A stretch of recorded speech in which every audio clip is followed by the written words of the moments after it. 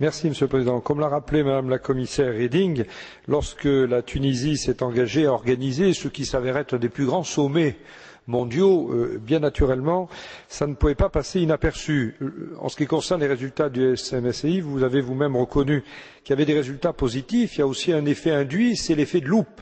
On n'accrédite pas 30 000 personnes avec des centaines de journalistes sans bien naturellement que l'opinion publique ne s'intéresse à l'environnement. Et dans cet effet de loupe, nous nous sommes aperçus effectivement du déséquilibre qu'il y a entre le traitement des droits de l'homme et des libertés fondamentales et les autres progrès indéniables que la Tunisie enregistre en matière de développement économique et social, de formation, d'éducation ou d'égalité hommes-femmes. Et l'Union n'a pas attendu pour être attentive à cela, parce que la Tunisie est un pays partenaire et un des tout premiers partenaires qui a signé avec nous un accord d'association.